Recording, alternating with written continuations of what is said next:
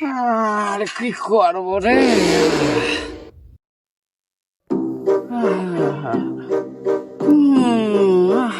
আরে কি সর্বনাশ হইল!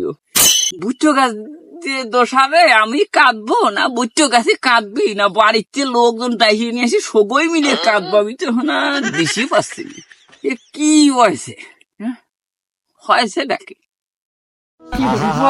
দুঃখের কথা বুট্টু গাছের শরীর চলতেছে না, এদিকও গর্ভবতী হয়ে বসিয়ে রয়েছে। কি করবো না?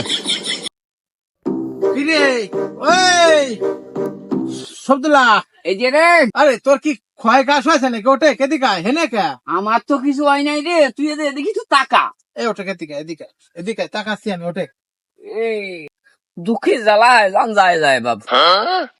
তুই বুঝতেছিস যে আমি কি পেরায় আছি?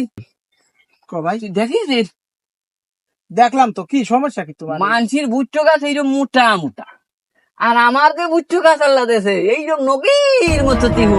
ও সার ওষুধ ব্যবহার কিছু করিস নাই নাকি রে? সার ওষুধে বুট্টোর এই হাল হকিকত দিয়ে হ্যাঁ, গেলাম ওই অ্যানিমেল ডাক্তারের কাছে।